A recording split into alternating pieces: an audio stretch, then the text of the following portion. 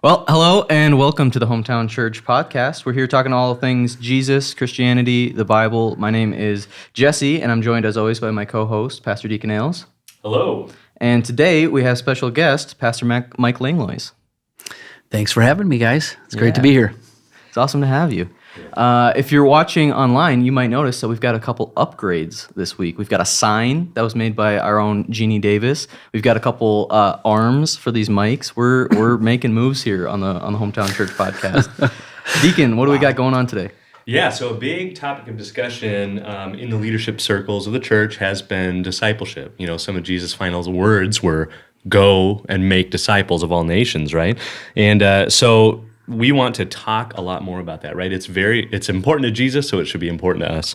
So we're going to be talking to Pastor Mike here today, and we're going to talk a little bit about what it means to be a disciple, about what discipleship looks like, and kind of how that might play out in our lives today. How are you doing today, Mike? I'm doing great. I'm a little confused. I thought we were talking about the Masters today, Yeah. the Masters golf tournament. This is going to catch me off guard here a little bit. Yeah, I feel like we could. Discipleship. Yeah, they cross paths a lot. Yeah, so I'm there's sure probably some overlap. Yeah, awesome. Well, let's get started. Yeah, for sure. Mike, we have a mission statement here at Hometown Church. I was wondering if maybe you could break that down for us. What is the Hometown mission statement? Where does it come from, and what does it mean? I would love to turn that back on you guys, because that's what I've been doing, is asking people, what's our statement? And of course, we get a variety of answers to that question. But we're about making healthy disciples that passionately love Jesus and authentically love people. And of course, that comes from the Great Commission. Deacon, you mentioned Matthew 28, 18 through 20 is the core of that. And it's Jesus' last words before he ascends to heaven. Right. It's his chance to go, okay, guys, this is it. And there was a small group of people gathered there. He said, all authority in heaven and on earth has been given to me. Therefore, go and make disciples of all nations, baptizing them in the name of the Father, Son, Holy Spirit, and teaching them to obey all that I've commanded you. And surely I am with you even to the end of the age. So that's part of what's in that mission statement, hometown mission statement. But also, if you go back a couple chapters in Matthew 22, Jesus was asked the question, what's the greatest command, right? And he says, love the Lord your God with all your heart, soul, mind, and then love others as yourself. And so that's our package. Of course, that's the mission statement for us as a church, as well as individuals, as followers of Christ. Yeah, that makes sense. Mm-hmm. Yeah. So, I would love to talk a little bit more about that discipleship piece specifically. Yeah. You know, what is a disciple? What defines a disciple? And, can you be a disciple and not a Christian? So let's unpack that a little bit. Yeah. So, the definition of a disciple, I think I've heard a lot of definitions. One of my favorite definitions comes from the Vine Project, and it's a disciple is a learner of Jesus, not somebody who just knows what he taught, but knows him, the person. And of course, that's a process, a lifelong journey for us to know Christ, to know not only what he taught, but how he lived, what he did, what he didn't do, what he said. It's a following and an imitating of a person, of Christ. And that's how I would define it. I like that word learner. And it's a continuous process of continuing to learn and then becoming more like him. Mm-hmm. Yeah, along those same lines, when we talk about discipline in any kind of way, parenting, for sure it comes up. Just as we want to be self-disciplined, right, it's training. When we do discipline, we're doing training. And so self-discipline, I'm training myself to be able to do this thing or to not do that thing or something. And so a disciple, right, it's really just kind of carrying on. I'm following in the training, teaching them to obey all that I've commanded you, right. But also they're walking with the Lord, like you said, getting to know him personally. Yeah. I like Jesus said in Luke 6:40, he said, the student is not above his teacher, but when he's fully trained, he will be like him. Yeah. And I think that's the heart of what Christ was trying to do. Yeah, for sure. Yeah, so why would you say that discipleship in a local church is so important? Well, I think we talked about it at the beginning. It was his last words. It's what Jesus gave himself to on the way to the cross. Obviously, he came to die and be raised for forgiveness of sins and eternal life, to give us that gift. But along the way, he's he's giving his life away to this group of people, these 12 men in particular, and it was his plan to carry that message forward after he ascended to heaven. So pretty important to Jesus. He gave himself fully to that, and he's asking us to do the same, follow in his footsteps. Yeah, that makes sense. Yeah, I think too, when we talk about discipleship and the call of Jesus to go out and make disciples, like what a disciple is someone who's following that command as well, right? It's someone who's also making disciples. And when we think about like the church and how it grew and how it spread, it was through multiplication, right? It's people going out and making other disciples and growing, and then they go out and they go make disciples. So I think that's a huge aspect of it, right? Right. I think one thing that I'm kind of interested in, when we had our last leadership meeting, the question was brought up that I thought was a really interesting question of, can you be a Christian and not be a disciple? I thought we weren't going to talk about like hard questions on this podcast. Yeah, I thought about that. I don't think so. I mean, when you think about what it is that Jesus was trying to do, I think you take disciple, a learner of Jesus, and you take a Christian, and you say they're synonymous. We've somehow separated those, I think, and so I think in a pure sense, no. Can a Christian who is a disciple get stalled out? Boy, I sure think so. I've been stalled out. I've been stuck, maybe a little stagnant, maybe even back up a little bit in some areas, or stay down in that area of being maybe a spiritual infant or a spiritual child for a long, long time. Yeah, I think that's true. Certainly, that can be true. But I would say that's how I'd answer that. I don't know. Yeah. What do you guys think? I mean, well, and we even talked about that in the whole last series, right? So many people can get stalled out at so many different spaces. Right. So you might. And we'll talk, I think, a little bit more about the infant, the child stuff, but I'm going to use that terminology. Yep. So sorry if you're confused, but you might be a child or an infant or something of that nature, get up to a point because you are following Jesus, you're growing, you're getting in the Word, and then bam, you get stalled out. Maybe there's some sin, that's in your life or something, or maybe just something happens that kind of stalls you out. Right. Well, and then you need pressing to that next step. So, it just happens. It happens. Yeah, I want to make a couple shout outs here if I could. First is to the shepherding cohort from our leadership development community, because they've been working on this. So the things we're going to talk about here, things I'm going to share, we've been talking about for several months now, and I really appreciate that group, just the things that God has been bringing us to. And one of the things that God brought us to was Real Life Discipleship, which is a church out in Idaho, and they do some things that are really amazing, and I'm looking forward to sharing. So some of the things we're going to talk about, maybe many of the things we're going to talk about here, are as a result of that shepherding cohort and this real life discipleship material. We'll talk a little bit about the tool that we're testing a little bit, and so I want to make sure everybody knows this isn't from me. This is things that God's been bringing to us, and that's why we're talking about it. Yeah, awesome. Yeah, and it sounds like, just to go back a little bit to your point, that it doesn't seem as though a Christian could not also be a disciple.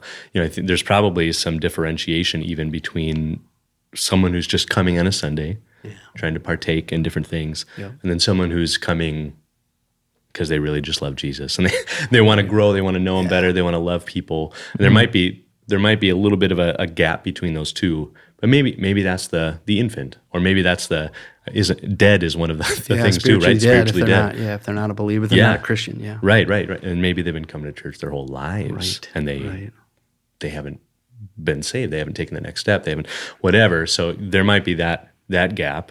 And so if you're listening in or watching in it, hopefully we'll get into some stuff that'll kind of make us think a little bit. Where am I at along that stage? But, yeah.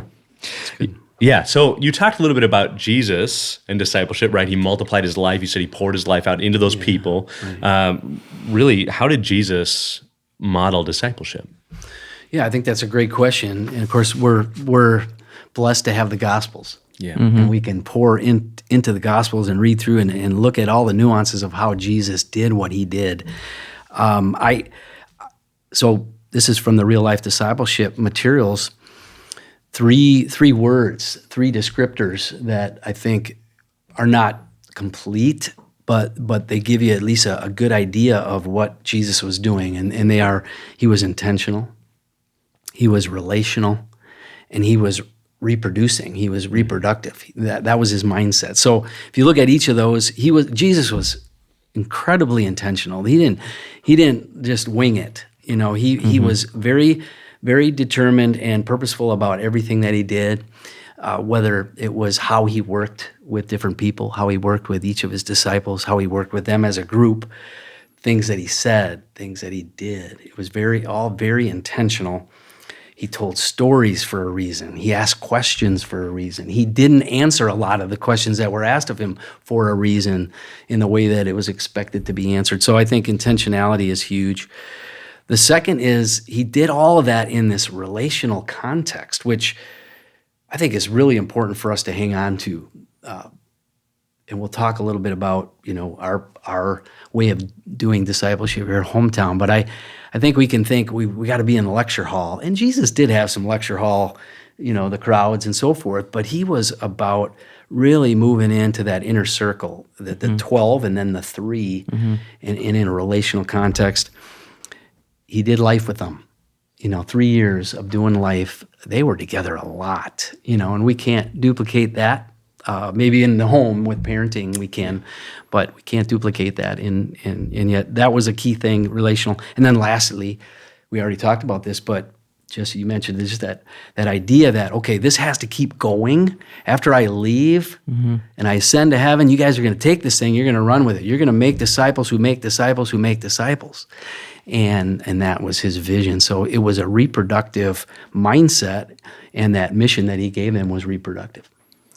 Yeah. Reproducing disciples. So. Yeah, that makes sense. So it seems less that Jesus was kind of going to where these people were and trying to do some lecture, like you said, but he was more, I'm on a mission from my Father, and I'm going to pull you along with me on that mission. You're not going to do it real well all the time, that's Peter. Right. Yeah.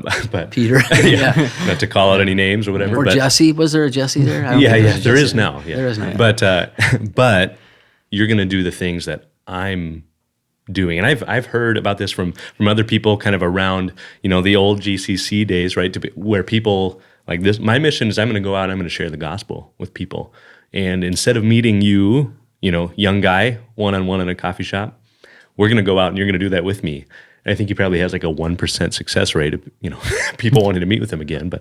But those people grow a ton, as you're kind of pulling people along with you in the same way that Jesus did. Mm-hmm. Yeah. Wow, that's good. Yeah, I love all three of those, the intentionality, the relational aspect, and the idea of reproducing. And I feel like if you take any one of those three out, it kind of creates a snag in the system where it's not working anymore, right? We live in a time where everyone wants to have as much of an influence as possible, right? There's a million podcasts out there trying to reach a bunch of a big audience at once, rather than just starting with having influence over a few, right? Like with Jesus, he had his inner circle of the 3 that he would meet with, and then he had the group of 12, and then he had the 72 that he sent out. And now he's got billions of people following him now, right? Where it started with a small group that he was intentional with, and he had them kind of like keep going down and reproducing and being intentional with those, and being intentional with the next and the next and the next, and it just kind of naturally flowed from there. Yeah, I like those words. I think we need to use those words often as we're talking about this subject. And it's not comprehensive. There's other aspects that we could dial into as we look at the Gospels and how Jesus did what he did. But this gets us a long way down the road, I think. Mm-hmm. Yeah, and I feel like I can already see, if you're relational and reproducing, but you're not intentional, then what's the product? What's the end product? Yeah, just people hanging out. Mm-hmm. If you're intentional and reproducing, but you have no relationship, well, there's a huge miss there. It's not. I don't think it's going to have the same effect. So on and so forth. I think, they really are all pretty essential all at once. Right. Yeah. Yeah. So maybe what are some other examples of discipleship that we see in Scripture of like Jesus doing it or other people doing it? How does that? I think that's a great question. I think it's all over the Scriptures, all over the New Testament for sure. We talked about the Gospels. We can look at Jesus' life and see that's what he poured himself into. But I think about relationships that we see in the New Testament. Actually, the book of Acts, which we're going to go through a big chunk of the book of Acts this summer. I'm super excited about that. 12 weeks in the book of Acts. And we're going to see that pattern of people coming to faith in Christ and growing and devoting themselves to the apostles' teaching and the breaking of bread and prayer and fellowship. And leaders are being raised up and churches are being planted and people are being sent out. And so the vision that Jesus had, we see already took root and was happening. So that we see that in the book of Acts. We see it in relationships like with Paul and Timothy, for instance. We see pieces of that in the language that Paul uses. I also think about verses or passages that really speak to disciple making, like in 1 Corinthians 3, where Paul's talking about planting and watering, but God causes the growth. That's discipleship language. Or in 1 Corinthians 11, Paul doesn't mince any words. He says, imitate me as I imitate Christ. So that's discipleship. That's what we're talking about, being a learner of Christ. And they could be a learner of Paul, who was a learner of Christ. There's that multiplication. Or even just in Colossians 1, at the end of Colossians 1, Paul talks about what he's given himself to. He says, we proclaim him, admonishing and teaching everyone with all wisdom, so that we may present everyone perfect in Christ. It's that idea of what Brent talked about last week, of being mature in Christ. To this end I labor, struggling with all his energy, which so powerfully works within me. Paul was all about multiplying his life, making disciples, raising up leaders, planting churches. So I think it's everywhere, in the New Testament. You guys see other examples? Yeah, I mean, those are the ones that I was going to call out. I mean, Timothy, even with Epaphroditus, right? There's these little mentions of certain people like that, or even Onesimus with Philemon, right? To where there's just touches, even if it seems like a small touch. There's just a touch that says, let me multiply myself a little bit here. Let me help you. Right. You're going through something. Yeah. Let's work together on it. Yeah. And then suddenly that person's way more useful for the church. I was thinking about how amazing it is. I don't know if you guys think about this. I think about this often that, okay, it's 2024. We're in Bloomington, Minnesota. We're sitting here talking about Jesus. Mm-hmm. We're disciples of Christ. Mm-hmm. This worked. Yeah. This thing worked. The vision that Jesus had worked, and that's why we're here. Mm-hmm. And I'm so grateful. I'm so grateful for the Great Commission. I'm also grateful for our church because since Kathy and I have been part of the Great Commission Association of Churches for almost 40 years now. And it's always been a focus on Matthew 28, 18 through 20, and we benefited from being discipled along the way by various people and still are. And the fact that we're here and we're talking about this, it's just amazing to me. I'm just very thankful. Yeah. If it were just some workout routine or something like that, I don't think it would have caught on. But the Spirit of God is at work in this. It kind of proves the power. Yeah, he knows what he's doing, right? Yeah. The wisdom of God. So this may be a weird question, but why do you think Paul? And this isn't one of the questions that we pre-prepared, but why do you think Paul said, imitate me as I imitate Christ? Why do you think he didn't just say, imitate Jesus like I'm imitating Jesus? Why do you think he called that out? That's a good question. Yeah, sorry, we weren't prepared, but I just love to get thoughts. I don't do the hard, do the hard questions. No, I don't know. I like that question, and I think there's an importance of having like a physical example that you can see, right? Mm-hmm. Like Jesus is the revelation of God, the God who is unseen, right? Nobody has ever seen God except through Jesus, and so people needed the example of Jesus in the flesh to come down, and so then the people who saw Jesus, who were with Jesus, talked to Jesus, were able to follow that example and replicate it and multiply it and keep it going, and so then. Paul's like, well, you haven't seen Jesus, but you've seen me. And that's right. I imitate him. I like that. Yeah, Paul said, I think it's in Philippians, he said, you've seen the way I live. I think he's talking to Timothy. Actually, I think it's in Timothy. He's talking to Timothy. Look, you know what I say. You know my lifestyle. You know what I'm doing, what I believe, how I practice. And so we need that, don't we? We need that with one another. And when I think about a couple of the guys that have discipled me over the years, Charlie Meyer and Rob Gerber are the two guys that really jump out at me. I needed them in my life. I needed them to know me. I needed them to be close to me so they could be pointing to certain things, and I could ask them questions. And so I think there is that need to have somebody there that says, this is what it looks like. It's not perfect. It's not like Jesus, but it's moving in that direction. Yeah. So this is going to sound really silly, okay? But I had a kick a few years ago of wanting to learn, I'm laughing even just saying it out loud, a certain martial art, Okay. which sounds cool, but it wasn't. I wanted to learn a certain martial art, and so there were these online courses. So I was like sitting there, and my kids were laughing at me while I'm trying to do certain things. It's hilarious. I want you to get a picture of this in your mind. Can you demonstrate it for us? Yeah, no, I can't. No. I can't and won't. But I stopped after a couple weeks because I just thought no one can call out what I'm doing wrong or what I'm doing right. And there's something about that feedback. in-person discipleship that says, hey, the way you responded to that thing, either to this hardship or to, getting those buttons pushed, that's not it.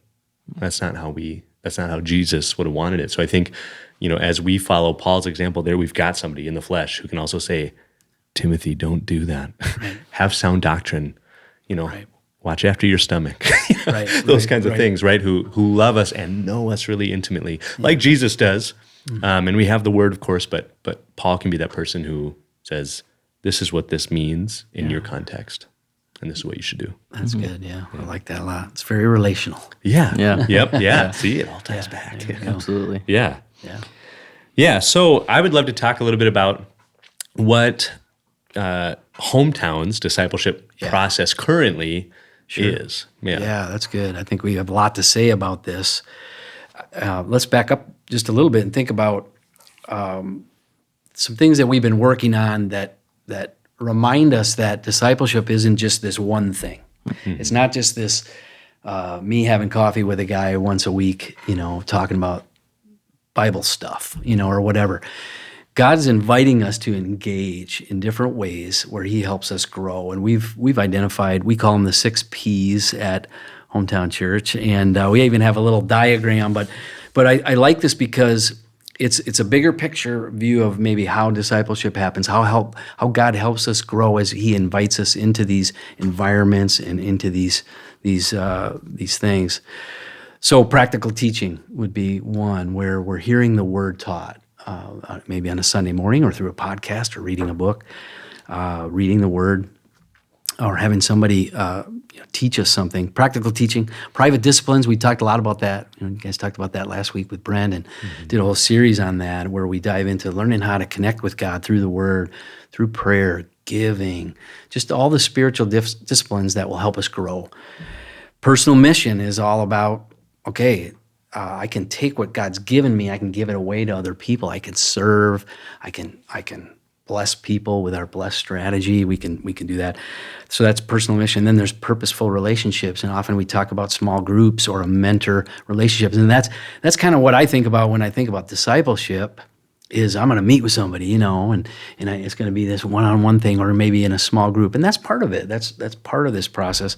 The other one that's vital, and that's providential circumstances. That's where God is engaging and intervening in our lives, and then we got to figure out, how am I going to respond to this? Could be a trial, could be a tragedy, could be a decision that you made. I think about mission trips. Short-term mission trips might fall into this category where you decide, I'm going to go and be uncomfortable and go to another country, and I'm going to share my faith with people who don't speak my language.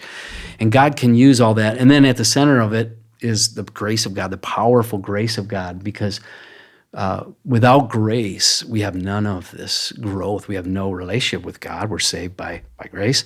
We live and breathe through the grace of God every day. Paul says, I am what I am who I am by the grace of God. And so grace is really tying all this stuff together. So that's those 6 Ps. So we recognize that discipleship happens in a variety of contexts, in a variety of places, different ways. Historically, I think we put a lot of weight in, and Brent talked about this last week too, the weekend service, where, discipleship's happening on the weekend service, and it's happening in small groups. Now, I think there is some of that, right? You guys would agree there's discipleship happening there, but there's a lot more. There's a lot more opportunity for us to go deeper than just those 2 areas. Maybe the modeling, we would say, at Hometown, modeling has been a big thing where we look at examples and we try to follow those examples like we just talked about with Paul. I think this is just my opinion, I think we're pretty good at making first-generation disciples, where I'm working with somebody or somebody in my small group and they're growing, but we got to go further than that. We talked about that third element, that reproductive piece. And so the word that I've been thinking about a lot is just being more intentional about that, being more intentional with how I'm engaging with people. And I think we have a lot of room to grow on that at Hometown. We can look at these areas, these 6 Ps, and we go, okay, how can I help somebody, intentionally help somebody in these different environments, different ways? I love 1 Corinthians 9, verse 26. Paul talks about running with purpose in every step. He doesn't want a shadow box. He doesn't want to punch the air. He wants his punches to land. And that's what I feel like we're in this transition where we're doing disciple making okay. We have some first generation disciples. We do it with our kids. We do it in our homes. But we've got to help people then go, oh, I'm supposed to grow up and do what you did with me. Okay, I get it. And so that whole multiplication thing has to take effect. So one last thought on that, and that is that I think it starts with our leaders. We talked about this at the leader meeting the other night, that we've got to make sure we're discipling our leaders. And I think there are leaders who are being discipled intentionally, relationally, and with that reproductive mindset, but there are a lot of our leaders who are not. And I think we have to start there. And so that's where this workbook comes in. We can talk a little bit about that. But those are a couple thoughts. Maybe you guys could comment on that before we go a little further. But there's lots to talk about in this whole process discussion. Yeah, if there's anything that I've learned since, getting raised up right in 2015, but then even before that, is that leadership in general is pretty lonely. It's pretty easy to kind of end up being on your own island. Maybe you had a ministry or something that you're in charge of, and there can be some coaching that'll happen, but otherwise it's pretty lonely. And so I definitely see how working and making sure that our leaders are discipled and that they're discipled in such a way that they would be reproducing would, I think, solve a lot of problems. Yeah, well, it's a good place to start for us to have that solid base. It's what Jesus did. He picked a few, made sure they were solid. Took a while, took 3 years for Jesus to do it. So we need to remember to be patient as God is patient with us, So yeah, that's good. Yeah, one thing I really love about the wheel, the discipleship process, the 6 Ps of areas of discipleship that we look at is it's really all encompassing for someone's life, right? I think we have the tendency to try to like compartmentalize our faith and make it just like an aspect of our life. We come to church on Sundays, we go to we go to Bible study on Tuesdays, we go do whatever, and like that's it, and that's good. Then the rest of my time I can focus on me, I can focus on my career, my family, my hobbies, whatever. But really following Jesus is something that should be consuming your whole life, right? And so I think you talked about like how Sundays and small groups can have such a strong emphasis. Like we can kind of make that into something more than it is, and something that's going to have a bigger impact than it really should be. And it's because, like, for some people, that's all they get, right? They get the Bible twice a week, and that's just not enough. So it's like it's easy to kind of make that a bigger thing than it is, because for some people, that's the only thing they get. But if that's all they're getting anyway, they're not going to be growing like they should be, right? Yeah, 100%. I love what you just said there, Jesse. I appreciate you guys and your example, of pressing in to make. And this is what Christ invited people to do, is to follow his example. He was all in, that we would be all in learning him and obeying him and becoming like him. Yeah, it's not a couple days a week thing. Yeah. So it seems like what we're really talking about here too is identity. Like it's easy to think like I'm a hunter, and hunting's awesome, Right. For a lot of people, I'm a hunter. And I go to church on Sundays, and right. I'm a golfer. Yeah, and I'm a Christian. I'm a Christian. Yeah, but Jesus has called us to a lot more than that, right? I mean, we can love hunting, we can fish, we can play sports, we can work on cars, all those different things. But that's like the shelf item, right? I mean, that's the shelf item. We are disciples. We are followers of Christ, and that should be all encompassing in our lives. Yeah. And and I also like to do woodworking, or whatever. But it's not my identity. And so I think once we really hopefully flip the paradigm and think, no, this is the key. This is the blood in my veins as I'm a follower of Jesus. Well, then it seems like these other things, the intentionality, the relational aspect, the reproducing aspect, they might come a little bit more naturally instead of trying to fit it in a tiny box inside of a tiny box inside of your life as a hunter or a football player or whatever. Yeah. I think that kind of comes back to a question earlier that we didn't really touch on, or we kind of touched on the one aspect of it, we didn't really touch on the other aspect of, can you be a Christian and not a disciple? And I think the answer there's probably no. But then there's the flip side of that. But can you be a disciple and not a Christian? And this is something that was actually brought up to me by Tom McManus I'll shout out Tom, from our Lakeville location. We had a conversation after we had this leadership meeting. He's like, well, you might not be able to be a Christian without being a disciple, but you can be a disciple without being a Christian, because everybody's worshiping something, right? Everyone is giving their life to something. And where are you putting your identity in, right? What are you calling yourself? And like, that's the thing that you're becoming a disciple of. That's the thing that you're putting your worth and your value into, right? Yeah. Certain people around the church could be a learner of pickleball.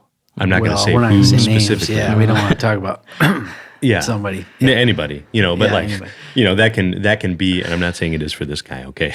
But that can be the thing, right? I'm a learner. I'm going to stay up late. I'm going to watch my YouTube videos. Boy, I sure would love some more time with the Lord.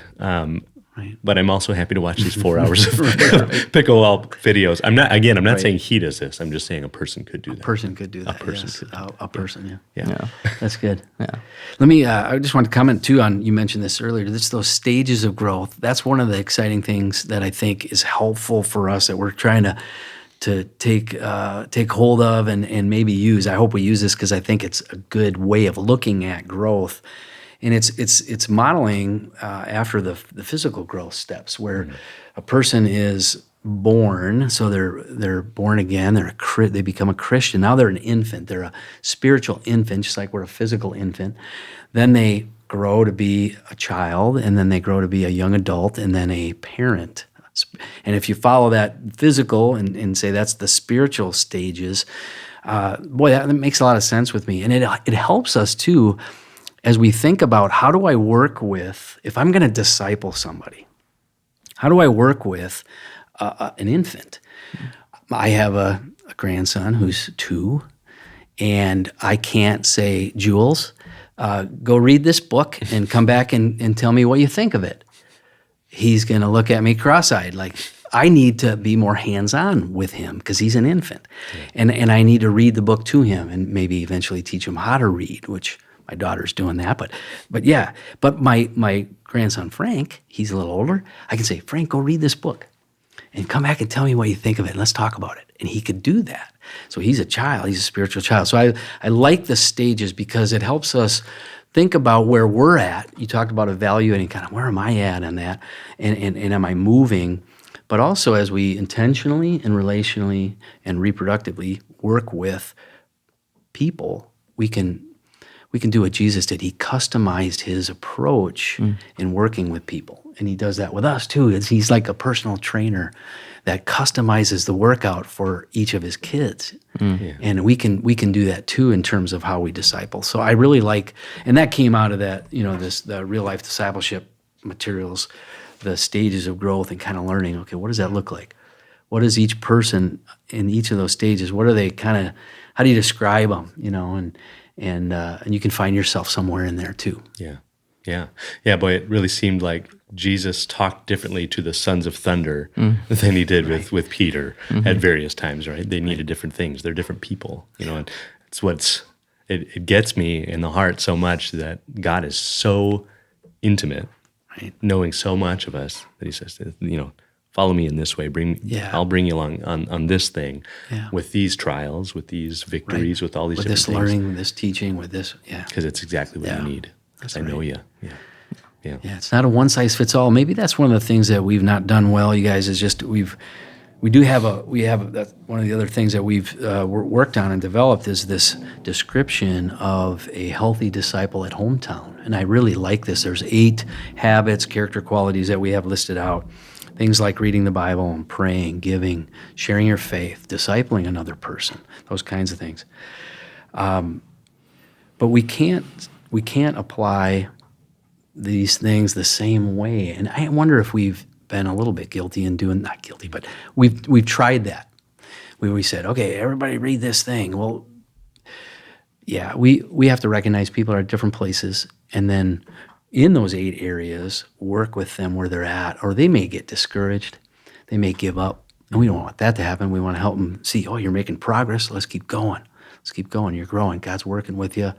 So I love the things that we're working on. The stages of growth, these 8 character qualities, also the 6 Ps. I think it's a lot. Maybe if you're hearing this for the first time, it's a lot of stuff.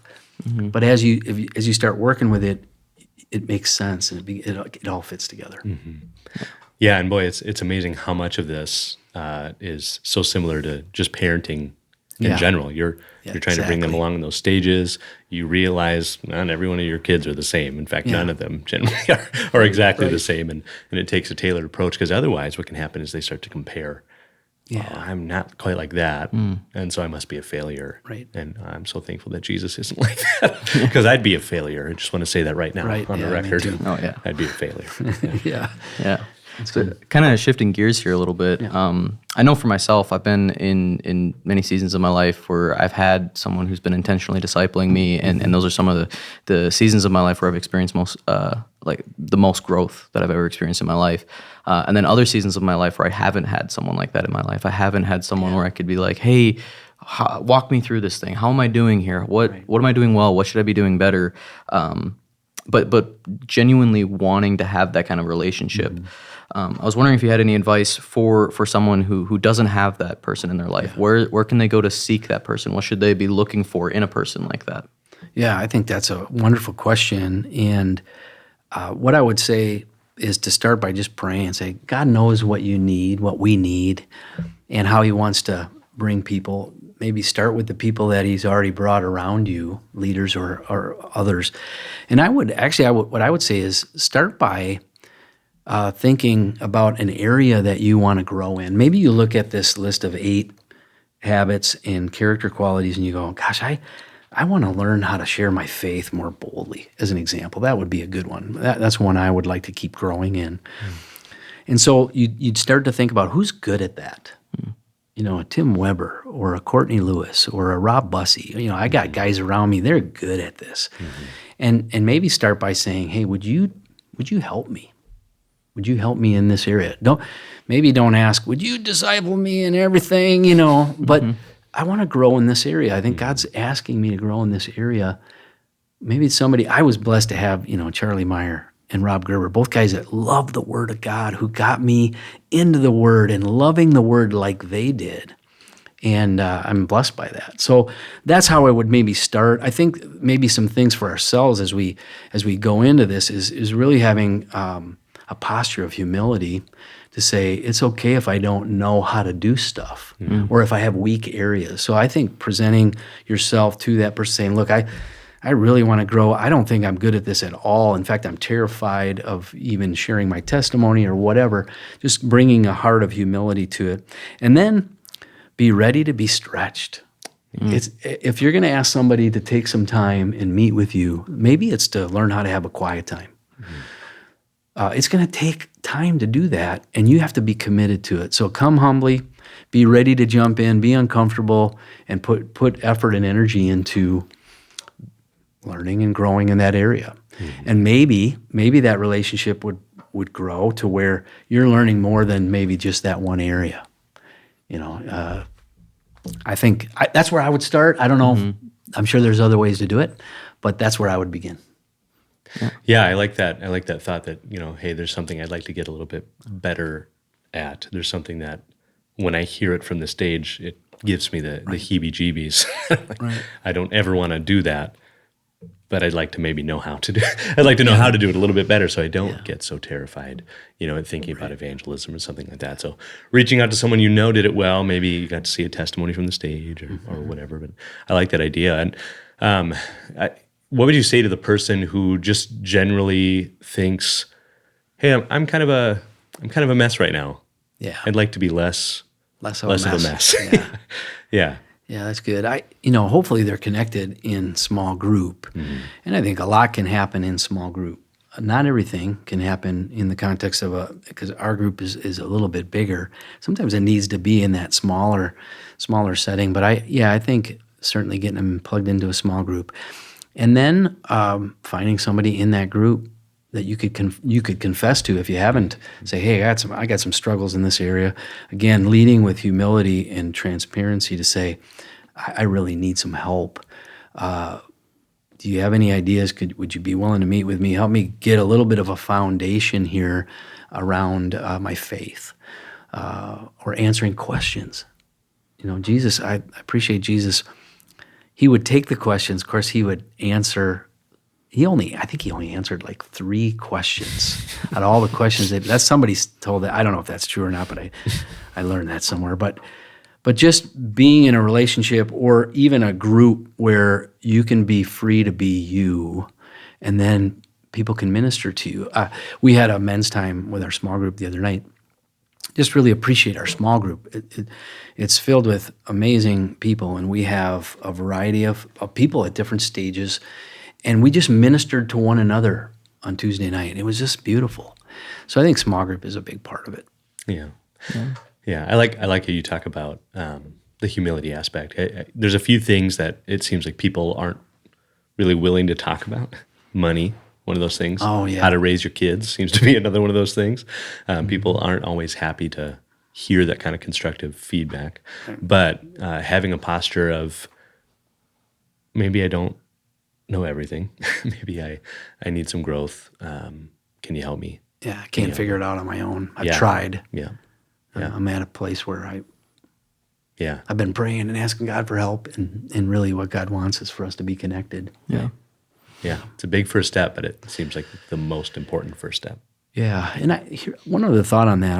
I do think there's times where we could initiate too if we're ready to disciple somebody.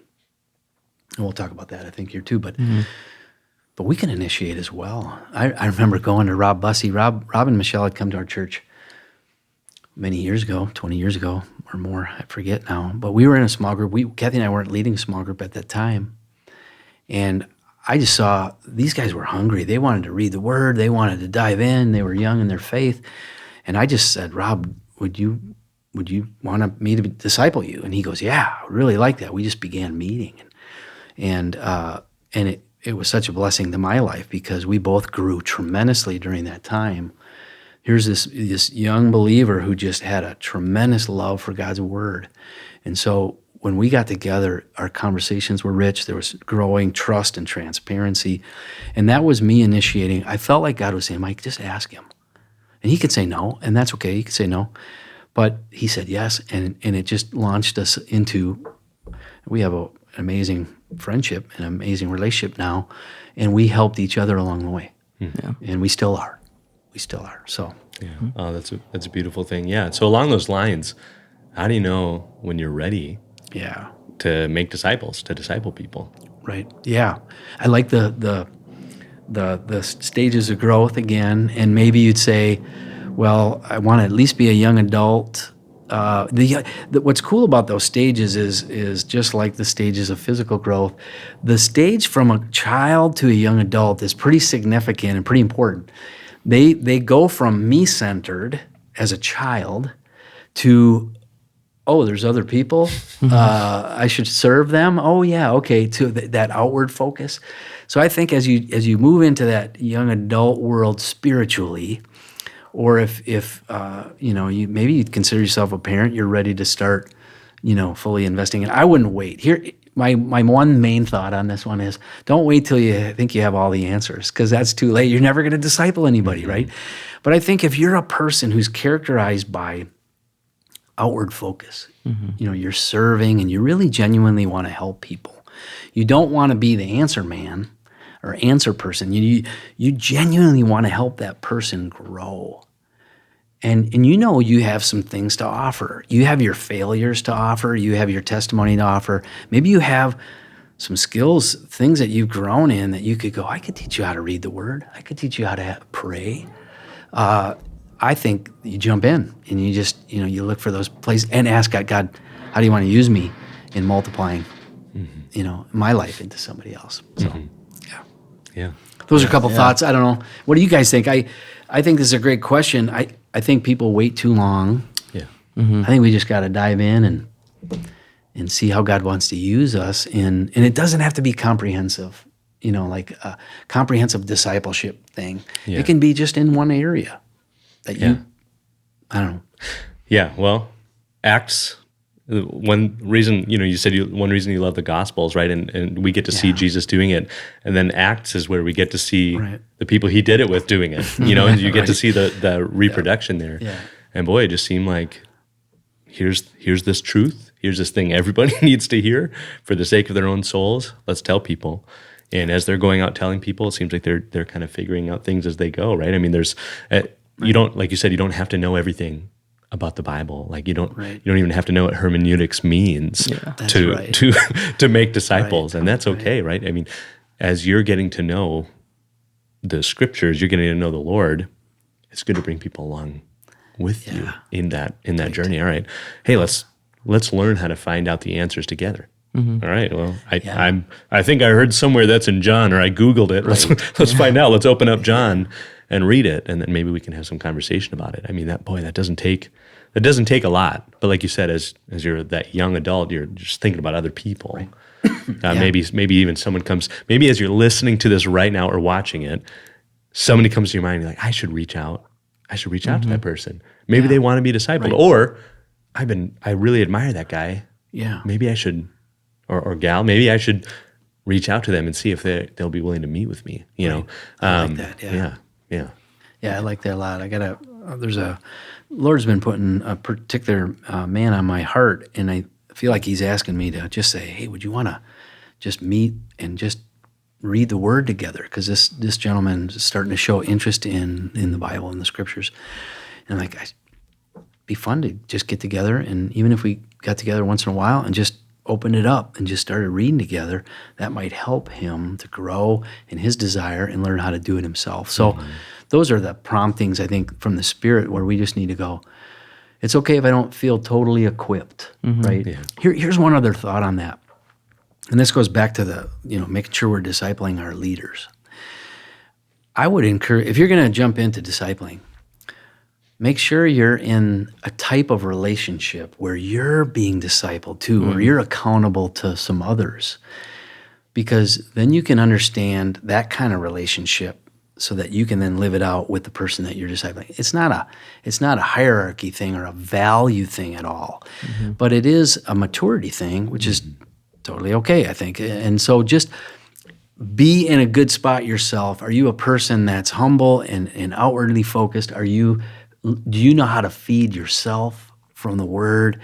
And are you connected? Are you accountable? Are you willing to take feedback and input from somebody else? And if the answers to those kinds of things are, then let's go, Yeah, I think that's so big, is having just someone above you pouring into you, or someone next to you pouring into you, because you're just going to get burnt out so fast if you don't have that, right? If you're just constantly pouring into other people, constantly like trying to disciple people without having anyone like coming into your life and saying like, hey, maybe you should try this. Hey, I'm going to encourage you in this. I think you're doing this well.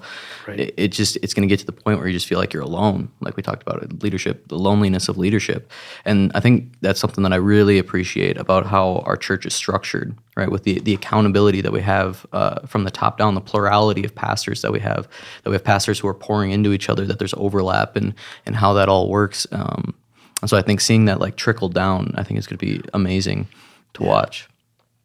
Yeah, I'm looking forward to that too, Jesse. Just, we have leaders. Over the years, we've had a lot of leaders burn out. I've been in that season of life where I feel like I keep just give. So, we gotta take care of each other. I'm excited about what God's doing. You guys, I really appreciate just being able to talk through this stuff, and we're gonna see how God's gonna begin to multiply this, and I'm just thankful I get to be part of it. Yeah, amen to that. Jesse, last week, did I mention the Paul, Barnabas, Timothy thing? I just can't remember. I don't know. Maybe. Okay, I'll just say it again. I didn't listen. So. Yeah, fair. So one thing that John Shelkoff said to a bunch of us young guys at some wedding reception, as John Shelkoff did, is like, hey, I'm going to say something really profound face, and we all lean in. But he said, for us to be at peak health as a disciple, you need 3 really important relationships in your life. You need a Paul, you need a Barnabas, and you need a Timothy. And that Paul, that's the person who's mentoring you, who's building into you. Maybe hopefully they're further along in their faith, they're further along in their walk. Hopefully they're older enough that they say, hey, I remember that stage, and this is what we did. These are the mistakes we made, whatever. Well, then you need a Barnabas. That's someone who's, the iron sharpening iron, and that's happening in all the stages. But that's a person who's saying, that's like your accountability person. That's a peer, really, that's on the same level. And then a Timothy. You need to build into somebody. Yeah. You need to have somebody that you're building into, who you're reproducing, and then hopefully that person then is doing all the same stuff, right? So the Paul, the Barnabas, the Timothy, those are, if you want peak like disciple health, you need those 3 relationships, and they ebb and flow. They ebb and flow for sure, but kind of, okay, who is this person in my life right now? Who's my Paul right now? Who's my, having those in mind really help. They really help a lot in terms of growth. Yeah. That's good. I like that. Yeah. One kind of last topic that we don't have written on the question sheet, but it's something that you brought up just before we started recording, and that's obstacles towards discipleship. Right. I know in my life the seasons where I was like, oh man, I don't really have anyone discipling me, or I feel like I should be discipling someone, but I'm not. And the things that kind of prevented me from pursuing that were, the biggest I think was just fear. I think there was a fear for me that I wasn't ready to disciple someone, or if I was like looking for someone to disciple me, it was like, wow, I don't want to bother them. I don't want to burden them. They've got enough going on. Right. Yeah.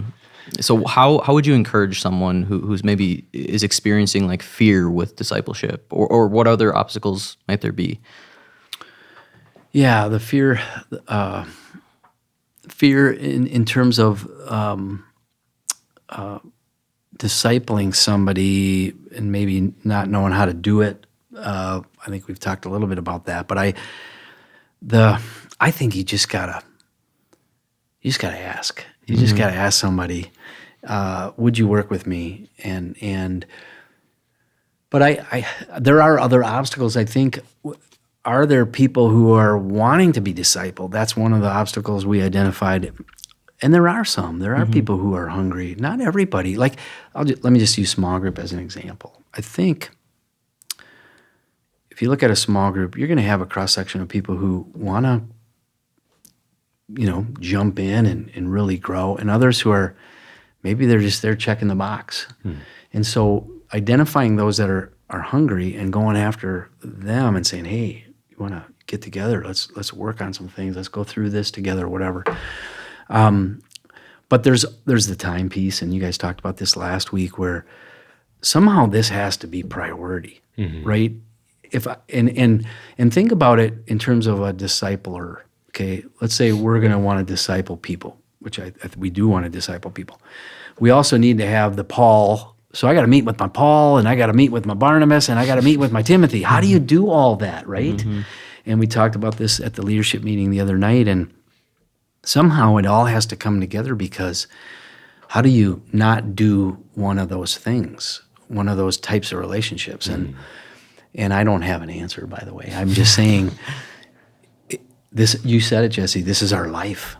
This is what we're here doing so that we can become more like Christ and bring the gospel to as many people as we possibly can, help them then do the same thing when we're gone. So it has to somehow move up, but you guys know we can't make it move up for people. Yeah. But there are Rob Bussies of the world, when they're young, they'd go, I just want that. I want to, soak it up. You're like that, Jesse. You've been like that. A number of years, I want more. I want to learn. I want to grow. I think if we're watching, we'll find those people and look in your small group first. And then, I know I might get in trouble for this. Jeff Gruen might not be happy with me here, but you might have to go outside your small group. I'm a small group guy. I'm a small group guy. You might have to go rogue. Actually, there's relational context in ministry. There's relational context at work, where you can be discipling people that aren't in your small group. We're not going to put a box around that, but start there. And there's probably some hungry people there. Yeah. Yeah, there's natural relationships, like you said, relational contacts. I know Jeremy Winter. Maybe some of you remember him. Maybe some of you don't. He moved down to Florida, but he had a brother that he was just really reaching out to, and that brother came to a saving faith, and they were on the phone all the time. That brother eventually moved 2 doors down from him in Florida, and they're just doing it together all the time, doing life together, doing discipleship together. There's just natural relationships. I mean, hopefully your small group can be a great place to start with that, like you said, but it's important to keep an eye out for what God might be doing in other areas. Did we hit on your question about fear? I'm not sure if we did or not, just in terms of getting A little over bit. It was that, kind of a getting jumbled over question. I kind of asked 2 questions at once there. So I think fear is a big part of it. We talked about it, but we gotta jump in and try. We're gonna fail too. That's the thing. I think about ways in which I discipled people in certain areas, and I wish I could go back and do it differently now. Maybe in the area of parenting would be a perfect example for me. I thought I knew a lot about parenting, at one phase, and now that I'm older and I have grandkids, I didn't know that much. And I was discipling people in parenting, and it's like, so you go, okay, God's helping me grow. I can disciple better as I grow. So it gives me that motivation to want to be discipled. And I'm blessed. I got guys that are working with me, helping me grow. I was talking to Mark Bowen yesterday on the phone. Mark's a retired pastor at Hometown. And yet he continues to disciple me. I went through the Great Commission Leadership Institute with Mark, with a small group of guys. And Mark continues to disciple me, pray for me, encourage me, cheerlead me. So he's one of those Paul guys for me. And I so need it. Mm-hmm. And I've been following Jesus for 40 years. I so need it. And I'm grateful. Yeah. Grateful. Yeah. You know what I hear is not an obstacle in your life is pride. And I know you talked about having a humble posture. That's the word, not position, but posture. Any words or thoughts on pride as an obstacle? Yeah, gosh, I think I'm battling with that all the time. Yeah. We can't have we talked about the grace of God being at the center of all this. There's no grace. There's no flow of grace if we come prideful. So I have to come with questions, right? I have to come, and the disciples wrestled with this. So I think we can take great comfort from that. There's those moments where they're arguing about who's the greatest. I love that section because that pride bubbles up, and it's in there, but it's not my identity. It's not who I am. I'm a new creation.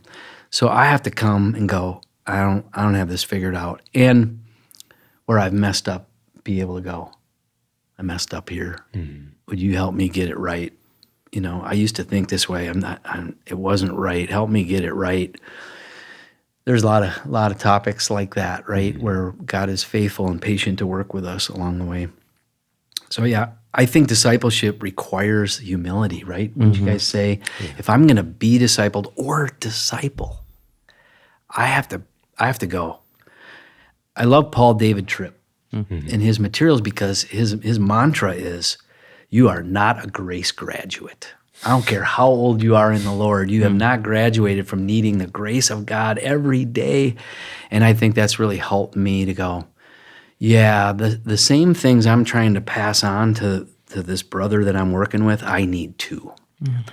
And God is so generous and so patient. So, I think it's C.S. Lewis in Mere Christianity talks about pride and how it's the one thing that we see the most often in other people, but fail to recognize in ourselves the most. So it's like, it's everyone else has it except for me, right? Yeah. And so we have to, in everything that we do, we have to approach it with humility and recognize our own shortcomings, right? Yeah, and I think that speaks to this relational piece, because sometimes we don't see it, right? The blind spot. We need people who love us enough to go, dude, you are prideful. Yeah. Let me give you a couple examples of where that's showing up. And then we have to be humble enough to go, ooh, you're right. But if we don't have those people in our lives, we'll be stuck. Because I don't know about you guys, but it terrifies me to think of the grace of God not flowing. and God opposes the proud. He gives grace to the humble. So there's this gate that I've got to make sure is open, if I want the grace to flow into ministry, into my life, into my relationships, into my disciple making. So Yeah. Jesus was filled with both truth and grace. Yeah. Right. I think of even like the Sermon on the Mount, right, where he talks about like, right, if you don't forgive others, you won't be forgiven, right? We have to have that gate open for it to flow out of us. That's right. In order for it to flow into us in the first place. If we keep that closed, it's going to close the top hatch too, right? Yeah. But yeah. It's essential. That's essential. And you guys are great examples of that. I appreciate the men around me that model humility and a willingness to say, I was wrong. Yeah. Sweet. Well, thank you, Mike, for joining us today. Any last parting words of wisdom for us? I said a lot of stuff. I appreciate you guys too. Thanks for doing this, and excited to see what God's going to do as we get more intentional about making disciples of Jesus. Yeah, absolutely. Really quick, for anyone that is interested, you've referenced this book, the Real Life Discipleship Training Manual. Yeah. It's not like a official church mandated thing, but a few people are going through it and they love it. Yeah. Any parting words about maybe how they can get that, or anything? And we can make links available and stuff too. But yeah, you can go on Amazon and just type in Real Life Discipleship. It's a training manual. I think it's like $15-$16, something like that. And they encourage you to do it in a group setting, so you're working with each other. And really, this workbook is for spiritual young adults or parents who are ready to maybe be more focused, more intentional about knowing how to make disciples. It's not a comprehensive guide, but it gets you this vision and this framework in which to work in to begin working with people. And you start practicing it in your group, working with each other, evaluating each other, and kind of learning how to, a lot of the stuff we talked about here today. Mm-hmm. I'm excited. I think it's a great tool. I'm going through it with 3 other guys. We're a little past the midway point. There's 11 weeks of content. You do some homework assignments, and then you get together and talk about it. And I think it's great. It's a great tool. Yeah. It's not the only tool, but it's a great tool. I think it's gonna help us to build a little bit of a more of a confidence, a humble confidence in discipling people, and doing it kind of in the same way. It's not a formula, but a framework in which we work in together, so we can have common language and a common direction. Yeah. Yeah, I know I'm planning on going through it with some guys this summer. That's Real Life Discipleship Training Manual is what it's called. Yeah, and so it sounds like if you identified as like I'm that person who would like to maybe consider discipling, right. But I don't know where to start, this could be a good resource for you and a few others. Yeah, give it a shot, and then send me some feedback. I'd like to hear how it goes. What are the strengths and weaknesses of this particular tool? Sure. Yeah, and I can attest to the fact that it comes next day on Amazon. Mike spoke about it so passionately. I thought, well, I'm buying that immediately. Right. And so we did. I get a small percentage. Amazon, no. Yep. Oh, awesome. Sweet. Yeah. Well, thank you, Mike, so much for joining us today. And thank you guys, the listeners. I've been really enjoying having these conversations. I hope you guys have been enjoying listening to them. And if you have, please let us know, because otherwise we don't know and we'll just do whatever we want to. But this is for you guys. We want to build you guys up, encourage you guys. So if there's any topics or guests you'd like us to have on, please let us know. Contact information is in the show notes. If you're watching on YouTube, know that we have an audio platform. You can find that on Apple Podcasts, Spotify, anywhere that you find your podcast. And if you're listening on an audio platform, we do have a video version of this as well on YouTube. But for now, that's all we've got. So we'll catch you next time. Thanks for joining us. See ya. Bye.